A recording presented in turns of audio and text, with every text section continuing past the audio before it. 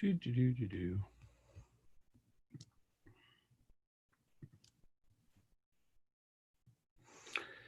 Hey folks, Alan Saunders, Pittsburgh Sports Live.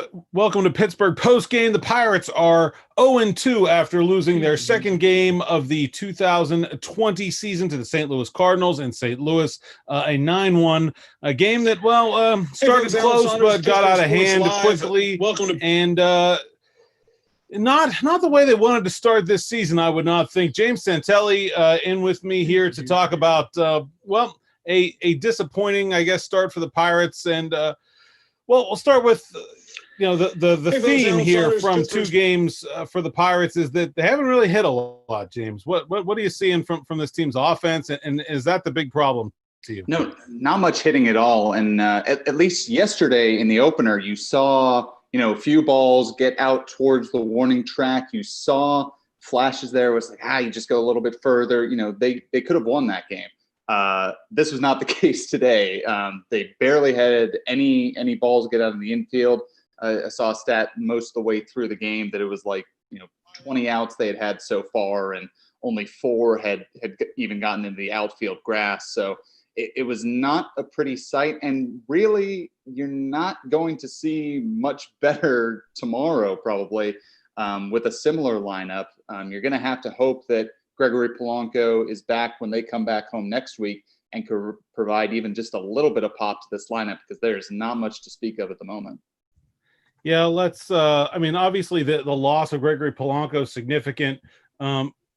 Outside of that, though, there's some guys on this team that I think should be able to hit a little bit better than they did in the first 2 games. Looking at Adam Frazier, Brian Reynolds, Kevin Newman, certainly guys that hit better last year than they have so far through 2 games here. Any concern about those guys being, potential regression candidates, or is this just 2 games and they'll be fine?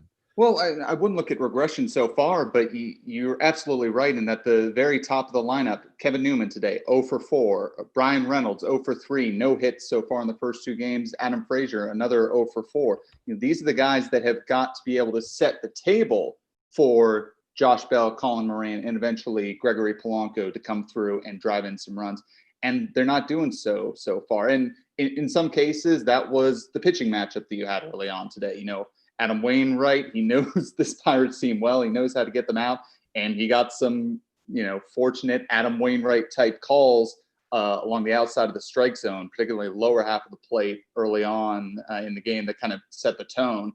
But still, if you're going to be even close to contending in this new 16 team, 8 teams in the NL playoff kind of world, you're going to have to get something from that top of the lineup, which just hasn't happened in these first 2 games.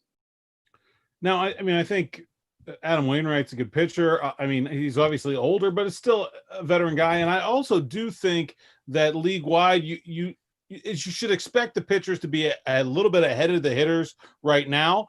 And I said this yesterday, those pitchers have been working on their stuff straight through since January. The hitters, for the most part, did not get to see major league pitching. So, I do think the pitchers have an advantage, but we haven't seen that advantage come from the Pirates pitching. Not a great outing from Trevor Williams, who slots into the number 2 spot in this rotation without Jamison Tyone or Chris Archer. That's a tough situation, right? Oh, it absolutely is.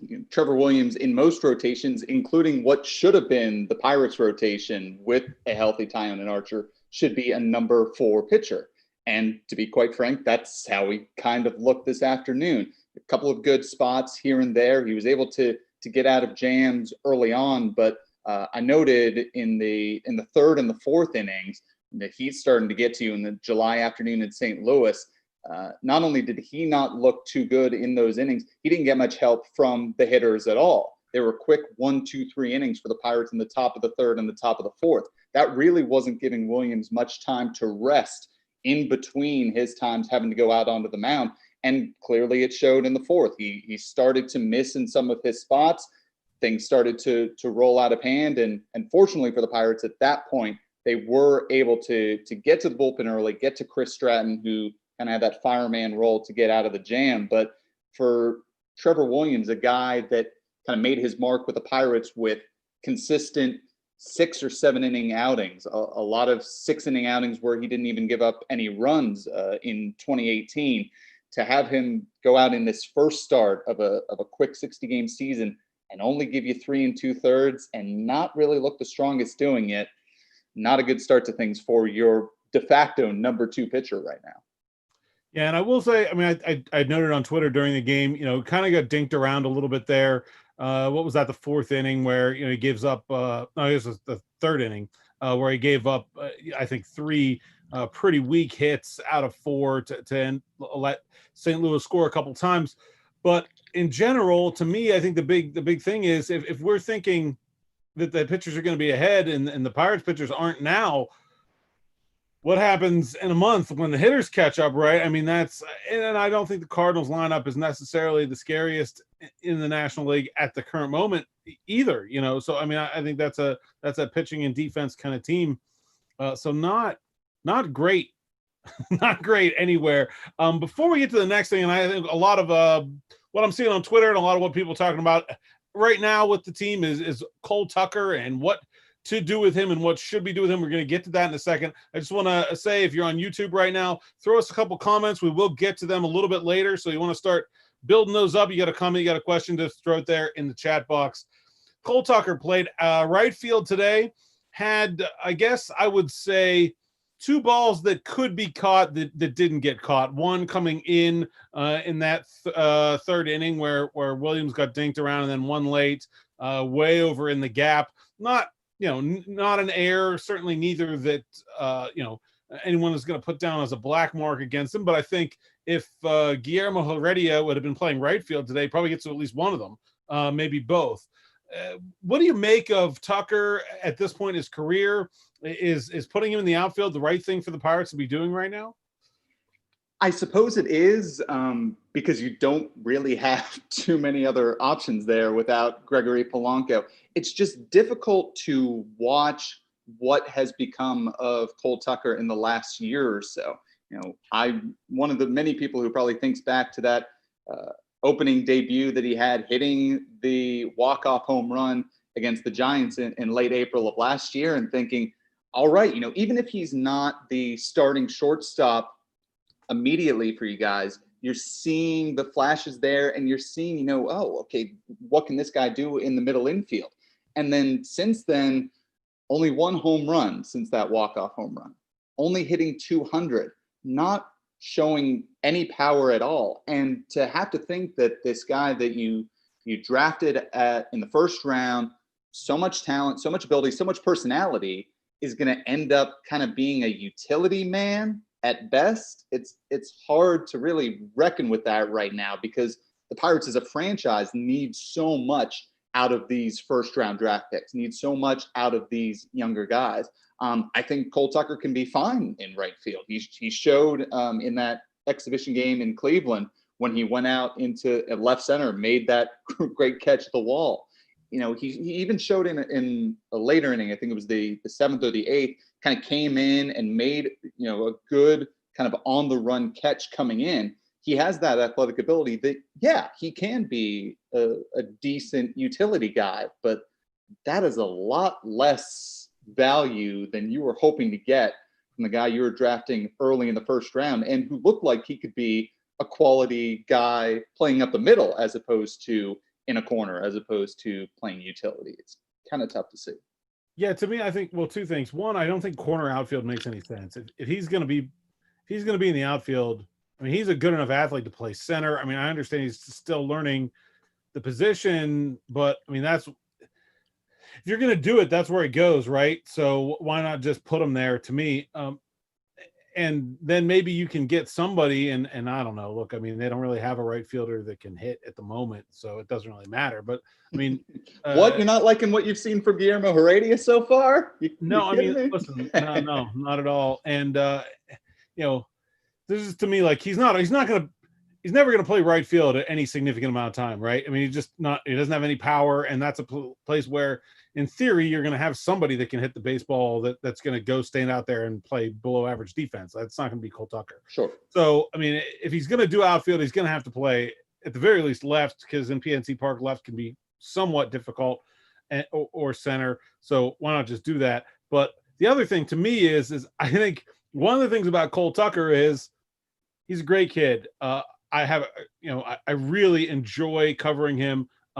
His passion for the game is infectious. But if we're going to look at this seriously here, the signs have been there that he is not a major league hitter for a couple of years now. I mean, it was a poor first 56 games in 2019 for Tucker, but he was a below average AAA hitter in the first half of 2019. He was a below average AA hitter in 2018, and he was barely an average AA hitter in 2017. That doesn't line up with potential future starter to me. Somebody said you're going to turn Cole Tucker into Sean Rodriguez derisively after the Pirates announced they were going to make the move to outfield. Sean Rodriguez, first season in AAA, played 66 games, had a 159 weighted runs created plus. Cole Tucker's first season in AAA is 95. Sean Rodriguez is a better hitter than Cole Tucker by half based on their AAA numbers. Yeah, I think Sean Rodriguez, right. If you're looking at things factually right now, Sean Rodriguez looks like the best possible case scenario. I mean, I do think there's talent there. He's a very young guy still, but if we're looking at things realistically here, the signs have been there for a while that he is going to struggle with major league pitching. And to me, I think he is a utility player. If he can be, and so that's why, to me, I think for him, this move makes a lot of sense. Maybe it doesn't make sense for the team, but for him, if Cole Tucker is going to be and have a long major league career, to me, he's a utility guy. And if he can be a utility guy with a plus glove at center field and shortstop, that's extremely valuable. And you can go play in the majors for a very long time. I just don't see starting potential for him at this point. I could be wrong, but I mean, people grow, people change. But the track record over the last 2 seasons now does not really support, to me, him being a starting player. Well, I disagree. I think the potential is still out there. You're talking about a guy who's still, just turned 24. The swing looks fine. The fact that he can, be a switch hitter and come at both sides of the plate, he has good swings from both sides. You're just not seeing any pop off the bat coming right now. And so I think the reality might face you in 2021 and 2022. I guess for the rest of this season, the question is going to be how many at-bats are you going to get Cole Tucker and where? Are you going to let him prove himself against Major League pitching for these last 58 games? Because I think this could be very valuable for him looking ahead to 21 and 22. Can he be maybe a second baseman for you? Or like you said, playing center field? The talent is absolutely there. Everything about Cole Tucker that we've seen so far shows that he has, the ability to grow into positions that he's going to work hard to try to be a major league starter. I'm not disagreeing with any of the realism that you're putting out there, just trying to put a silver lining on things, that there is some possibility for him up the middle to not necessarily be a Sean Rodriguez, but he's going to have to show it pretty fast, and it might be over the next few weeks, in fact. Yeah, they might get Gregory Polanco back, and so maybe then I don't know where the opportunities come at that point. Is it as a backup shortstop? I mean, I don't know how many games you're going to be giving starters off in a 60-game season. They do have sort of that DH spot that looks like they're going to rotate. So maybe that's what they'll do. They'll give, Newman gets a DH day and Frazier gets a DH day and Dyson gets a DH day, and then Cole Tucker's played 3 games in a row. Maybe that's how it works, but I'm not even sure he's hit well enough to deserve that role. I mean, maybe as like a prospect and a guy that you want to see what he's got, he's done it. But if you're talking about like putting the very best lineup together to win in 2020, I have a hard time seeing him be a part of it.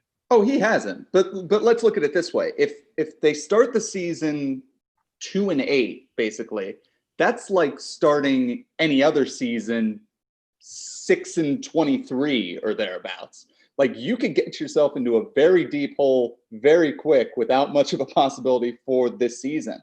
At some point, you're going to have to look at the rest of this, maybe, the entire month of September as just, well, we're not even going to get into the 8 teams in the National League, and we're going to have to play this out as a developmental kind of year with no minor league season, even getting some of those minor leaguers up into Pittsburgh and showing some of that. That's more of the thing that I'm talking about, which is depressing to talk about when we're only 2 games into the season. But in reality, it's like we've had 2 sweeps to start the season. Yeah, I think that's the thing. And 2.7 is the number, right? Everything gets magnified by 2.7. So I guess that makes the Pirates are 0 and 5.4 right now as we sit here on Saturday, the 25th of July, and they're only 2 games out, right? I guess you could put it somebody wished on a cursed monkey's paw. I wish they would be within 2 games in late July. Well, here we are. Well, I mean, I think there was a season, and now they've kind of blended together in my mind, but there was a season somewhere in there, maybe it was 17 or something like that, where they were like randomly like 2 games out at the end of July or something like that. And there was obviously, some complaints about the way the season had gone. I was like, look, if the Pirates could fast forward to the end of July and be 2 games out every time, they would take that every single time. Like sure. That's about as good as can be hoped for. We did get a question. So what do we got? We got I can't believe they scored a run. Actually, they probably should have scored a couple. They had the bases loaded opportunity there. If you're not going to have power, and it doesn't look like this team is going to have power, I can't imagine where it could possibly come from other than Josh Bell, maybe some from Gregory Polanco and Colin Moran. But I mean, those are guys that are at their age, pretty established. You don't see a lot of guys that age just, I don't know, double their home run total or something like that from year to year. It is not going to be a good power team. In order for them to have an even average offense, they're going to have to find a way to score 3-4 runs when they get those big inning opportunities. Wouldn't you agree? Well, that's always been the hope for Gregory Polanco, hasn't it? That we see where he is, and we hope that things get doubled the next year along. But I'm with you. There's not much there in the middle of the lineup. So what you're really hoping for is probably actually kind of similar to what the Cardinals have in their lineup, is that you would be able to go 1 through 9 and be able to extend innings and, kind of stack some things together, much like the Cardinals were able to do today to be able to get those 9 runs that they ended up on the bullpen. But that's not really going to happen until you get both Gregory Polanco back in the lineup, push out Guillermo Heredia, and really have somebody take a step forward. Maybe it's Jacob Stallings, and you're talking about a 7 spot with Jacob Stallings that he can maybe be closer to 270, 280 hitter to extend innings. But beyond that, there's not much there in terms of power. You're absolutely right. It's going to have to be a kind of bloop and extend and get some things together, kind of like they did last night in the later innings to at least keep it close. All right, so we try to do this every game, and we're gonna promise to try to keep it at 3-3. We're a little 6 quick hitters here, 3 up, 3 down. Just doesn't matter what, big or small, but we can go back and forth here. And I'll go ahead and start, and hopefully we can get to even here. I don't know. Pessimism is setting in already, but I think we can keep this to 3 up and 3 down here. Less than 24 hours into the season. I'll go up, and I'll say I like Chris Stratton as that first guy out of the bullpen, fireman guy. I think that's a very interesting role for him. I think he's a guy that if you look at some of the overall ERA wasn't great, but like his K rate was pretty good last year. So that's encouraging for a guy to be in that role. Also seems like he can get a ground ball. I think that's an interesting position that he's had. And if you look back to maybe a couple of years ago when this team was doing better, they had guys that performed really well in that role. You think of a guy like Genmar Gomez maybe, or Vance War did really well there too. And so I think that's an important part of this, is if you're going to manage these games like they're playoff games, and you're going to kind of Clint Hurdle used to call it managing with your pants on fire. Well, if you're going to do that because there's only 60 games, then that first guy of the bullpen's got to do well if you go to make that aggressive move. I think I like Chris Stratton for that role, and he did pretty well today. So there's one up.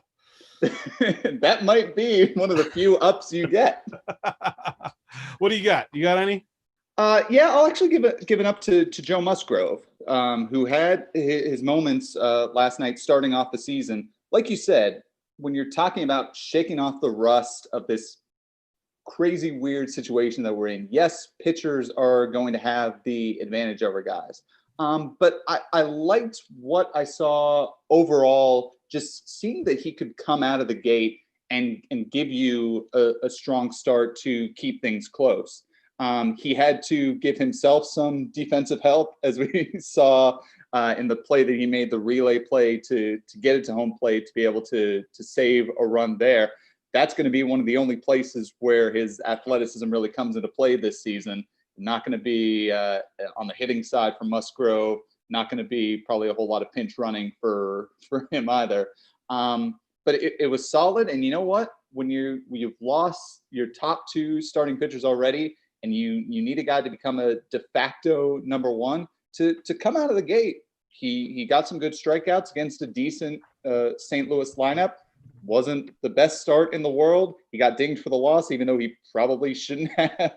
Should have gone to one of the relievers instead. But in terms of ups so far the first two games, I'll go with Musgrove. I'll go with a down here, and Kyle Crick comes in. And actually, first I'm going to start this with a joke. In his second game as the team's de facto closer, Kyle Crick can't pitch in a non-save situation. Just can't do it. You know, he's been the closer for 2 days, but you bring him in the seventh inning, now he's no good anymore. But I think there's some concern about the way Kyle's 2019 season went, and obviously not an inspiring performance today, 4 runs in 2/3 of an inning. But, I don't know. There was, drama last year about, was he playing hurt? What was he not? There was obviously like other drama last year involving that bullpen. I think there was a lot of hope that, get him some rest, get him, out of what was a tenuous situation there, bring in some new coaches, and maybe we get back to the Kyle Crick that was something of a revelation in 2018. Not a good step in that direction today. Hopefully that is a blip, but not exactly what you're looking for out of the best relief pitcher on the team as things stand right now. All right, I'll take it down here, and an unfortunate down with Kevin Newman. Not much from the top of the order today. 0 for 4, 3 ground outs, and left 4 guys on base. We talked about the fact that if the Pirates are going to produce runs, it's going to have to be in a kind of 1-9 fashion instead of much power coming out. Well, if Kevin Newman's your leadoff guy, he's got to be the one getting on base to set up the rest of the order. And there wasn't too much from Kevin Newman today. And it's tough watching, at least from these first 2 games, to see a lineup where you just kind of feel blah about, even when they were down 3-1 after the 4th. And there was some possibility. They had tying runs coming to the plate in like the 5th, the 6th, the 7th. But you're not feeling it unless you get, Brian Reynolds or Josh Bell to the plate. And the fact that you're not getting that feeling from the leadoff guy is really not a fine way to start the season. I think he's 1 for 8 so far to start. So tough opener. This is all small sample size. I'm sure a guy that we've seen hit well like Kevin Newman can turn things around, but a rusty start so far. Yeah, and I'll go with another down here and talking about the rusty start, and that's I don't think the defense has been very good, and I think this is a team with a, at least when you looked at the projected lineup, like you should feel like it had pretty good defense. Jacob Stallings was obviously very good defensively yesterday, but 2 errors in 2 games, and like I said, a couple plays that they leave out there. 2 balls hit the ground on the warning track, not something that you want to see. 2 balls falling in front of Cole Tucker in right center field. Kyle Crick, kind of kicks one there. It has not been sharp defensively through 2 games. And really, if you look at the whole of this team's talents, I think that ought to be their strength, right? I mean, Colin Moran and Josh Bell, not really great defensively on the infield corners, but everywhere else, I think you should say they should be above average at the very least, above average to good defensively at every other position. Don't think we've seen it so far. This isn't a team with very many strengths. They certainly can't be playing under one of theirs. And again, like you said, 2 games, also very understandable to be rusty and weird at this, juncture, but it's also the same game for everybody else. And, they're not in a position where they can afford to squander any advantage. Can I take another down here? I think we've got, I don't know, I've lost count. So we'll go yes. I'll transfer my one up for a down because they're so far. I mean, you got to say Guillermo Heredia. Need I say much more?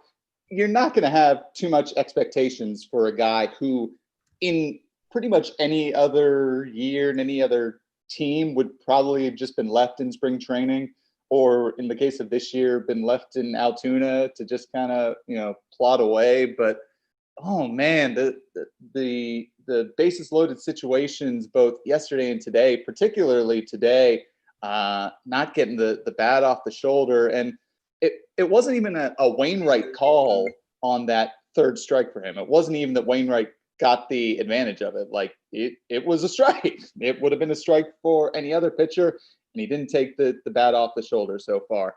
Look, Guillermo Heredia might end up being the guy that we, 5 years from now, we think that, oh yeah, he did play for the Pirates in 5 or 6 games. But it's rough when you could have maybe squeaked out a win from these first 2 games.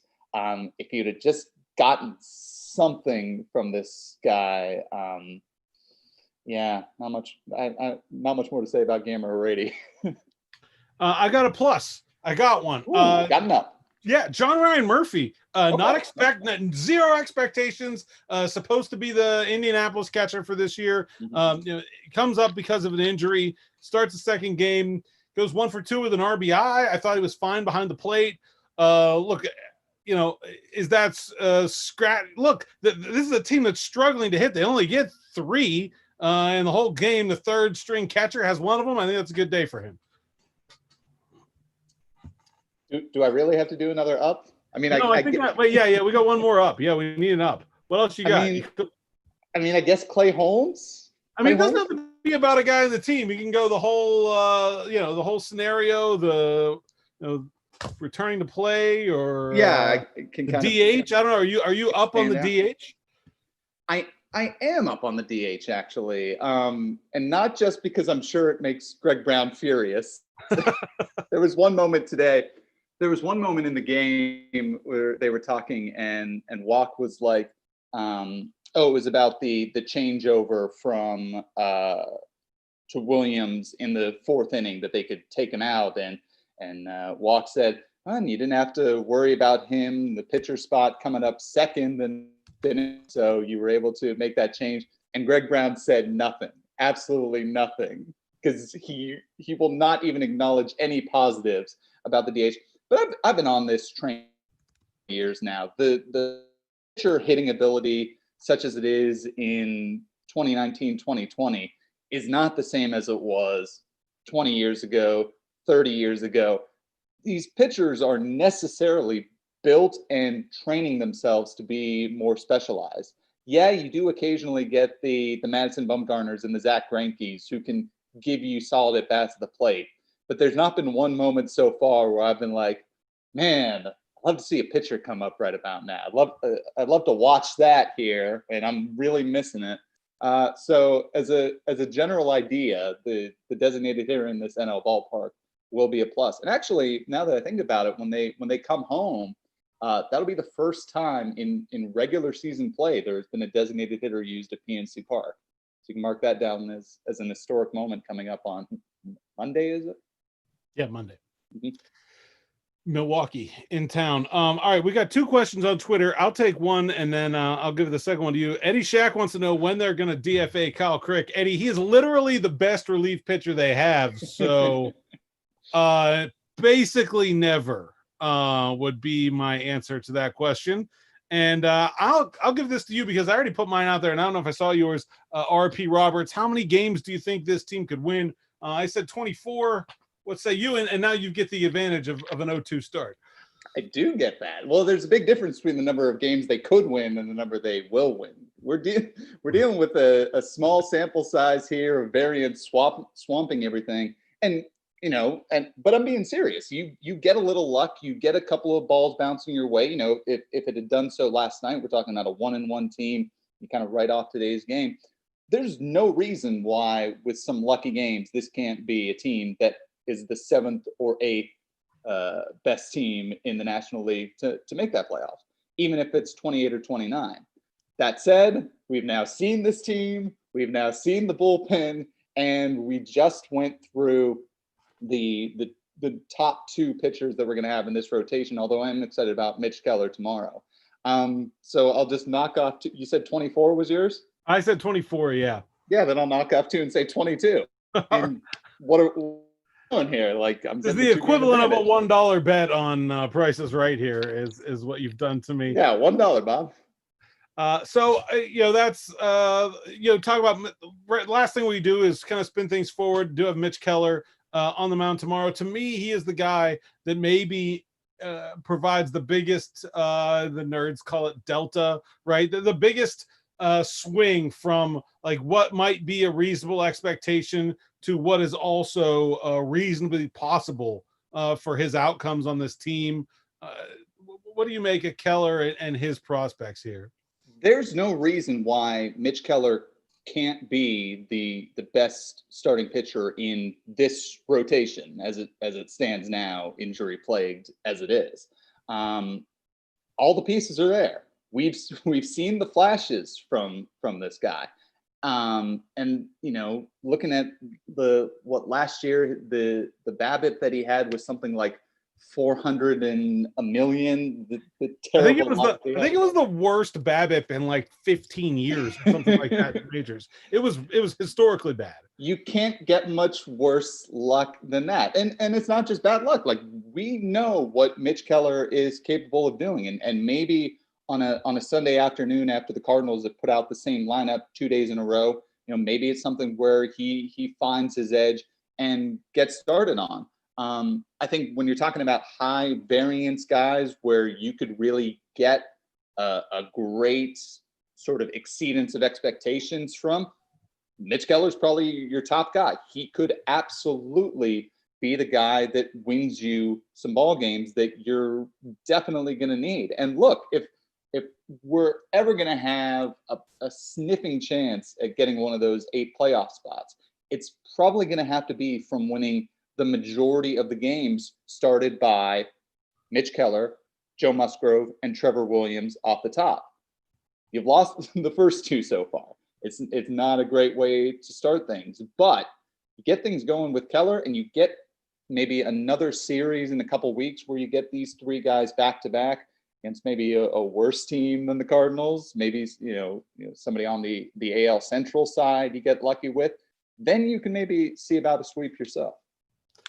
And talking about the rotation a little bit, also announced, I guess it was early today, that Stephen Brault is going to start the home opener, and it could be a piggyback situation, which is something that I personally have been looking for the Pirates to do for a couple of years now. I assume Chad Kuhl would be the guy to be that piggyback, but your thoughts on that idea? Yeah, and they haven't gone out and said, at least when Derek Shelton was asked about it, he didn't specifically say, like, yes, this is going to be the piggyback situation. But he also said that Brault isn't in the starting rotation, even though he's starting the 4th game of the season. So I don't know what to make of those 2 statements. Right.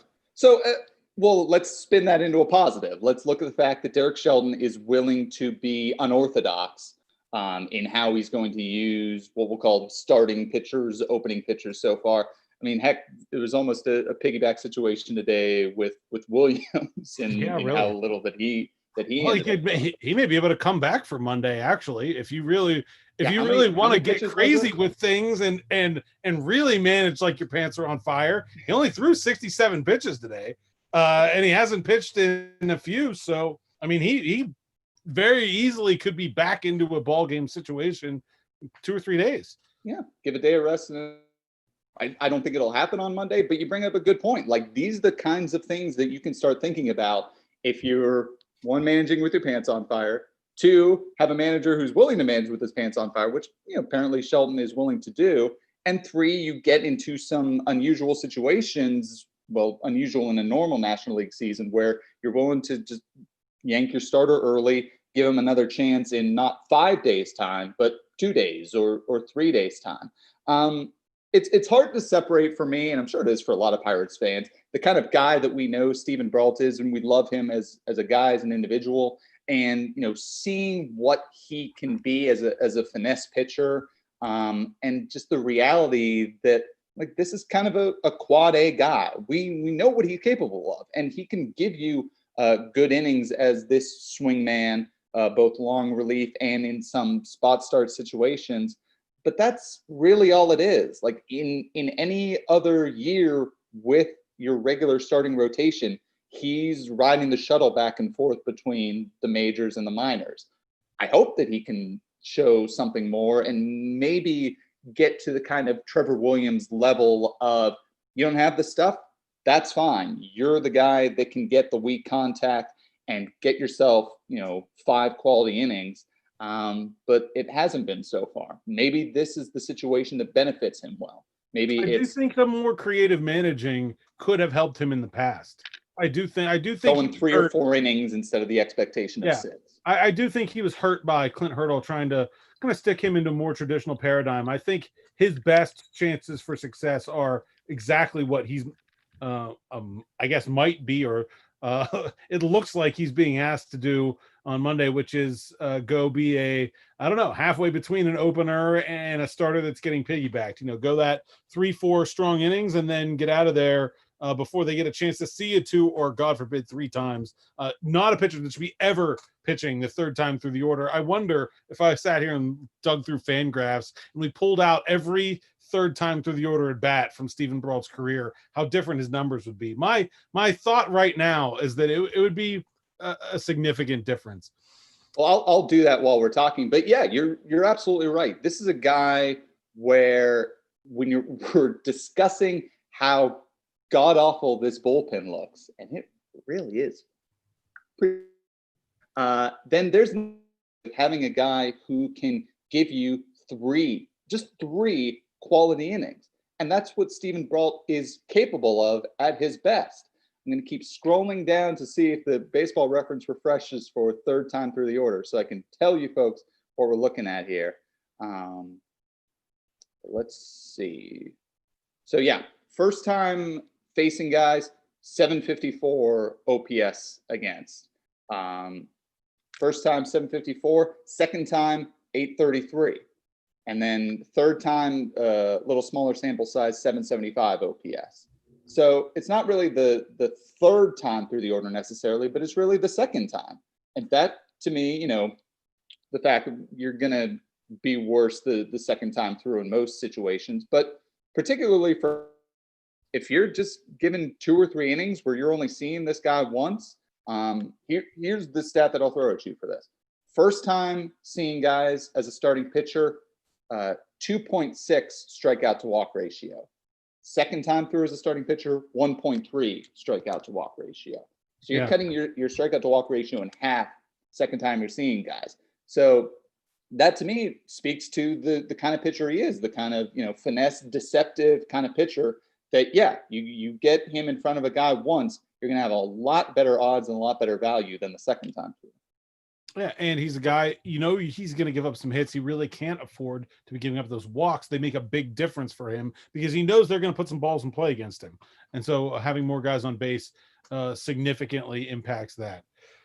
All right. Anything else you got on your mind before we go? Anything you want to plug? No plug for me. It'll just be very nice to actually have them playing regular games at PNC Park again.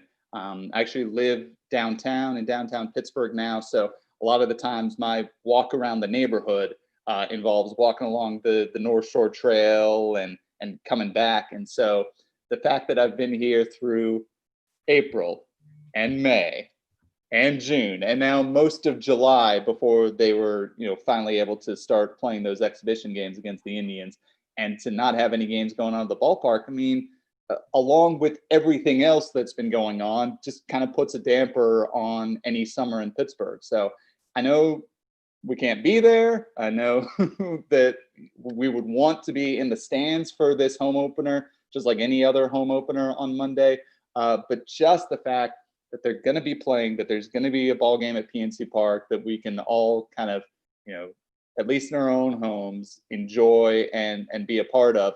That's something. And these days, it's nothing to snore at when we're looking for any kind of silver linings that we can.